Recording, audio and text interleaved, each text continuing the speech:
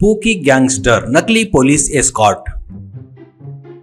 वैजाग में नीलेश और मिथुन करके दो दोस्त रियल एस्टेट व्यापार पर एक जगह पर 50 एकड़ खेत खरीदते हैं। उसमें जमीन गिनने का काम करते हुए फ्लैट को डिवाइड के काम कर रहे थे। तब उस गांव का गब्बर करके डॉन अपने पुलिस गनमैन के साथ पर वहां पर गाड़ियों से आता है। अब नीलेश लोगों के सामने फटाफट एक क्वार्टर शराब पीकर गब्बर देखे क्या मेरा रेंज, क्वार्टर उठाए तो खाली किए बगैर नीचे रखता, चिकन का पीस मुंह में रखे तो पूरा चबा के खाई शिवाय नहीं रहता, कुछ भी किए तो वैसा ही करता हूँ। तो मिथुन भैया तुम्हारे पीने के बारे में मुझे क्यों बता रहे हो? अगर तुमको फ्लैट चाहिए तो बोलो, नहीं तो यहाँ से निकल जाओ, यहाँ पर काम चल रहा है, कहता है। तो उतने में गनमैन आकर मिथुन वाले के ऊपर गन तान देता है। अब उन लोगों से गब्बर क्या रे बच्चों, इस गांव में नए आए हो क्या? देखो यहाँ पर कोई भी बिजनेस किए हो तो उसमें आधा मेरा, बचा हुआ तुम्हारा।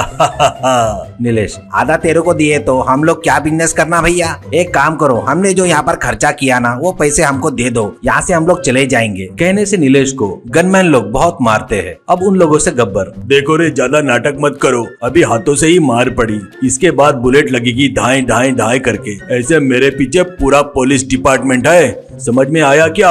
ऐसा बोलकर चला गया। इससे नीलेश लोग डर कर उस जिले के एसपी धर्मा के पास जाकर ये पूरी बात बताते हैं। वो सुनकर एसपी को आश्चर्य होता है। इसे एसआई शिवा को बुलाकर इस विषय में इंक्वायरी करने को बोलते हैं। इससे शिवा गब्बर एंड बैच पर चोरी छिपे नजर रखना शुरू करता है। गब्बर एंड बैच अपने गनमैन के साथ मिलकर जाकर लोगों से पैसे वसूल करना, दुकान वालों को डराकर हफ्ता वसूल करना, ये सब देखता है। उसके बाद ये पूरी बात जाकर एसपी को बताता है। वो सब सुनकर एसपी ठीक है करके बोलते हैं। ऐसे रहते हुए 4 दिन बाद गब्बर फिर से अपने बैच के साथ नीलेश लोगों के रियल एस्टेट की जगह पर जाता है।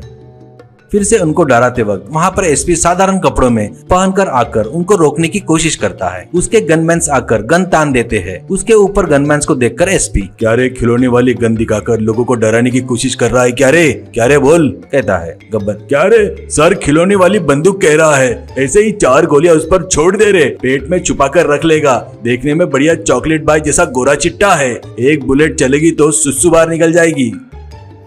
ये क्या पोकी गैंगस्टर जी, तुमको तो सारे पुलिस वाले पहचानते हैं, ऐसा कह रहे थे ना, फिर जिले के एसपी साहब को पहचाने क्यों नहीं? कहने से एकदम गब्बर के आदमी वो गन छोड़ देते हैं। अब एसपी से उन गनमैन में से एक आदमी सर प्लीज हमको छोड़ दो सर, ये बेवकूफी हमको इसके साथ घूमने को रोज 1000 रुपए देता बोला सर, पर 500 रुपए ही दे रहा है सर प्लीज सर, वो लाखों रुपए दबा रहा है, पूरा कारनामा यही करता है सर, प्लीज सर हमको छोड़ दो सर, कहता है। तो गब्बर नमक हराम कहीं के, क्या कर रहा है रे तू? रोज शराब बिरयानी खा भी रहा है ना, वो याद नहीं आया क्या? कहते वक्त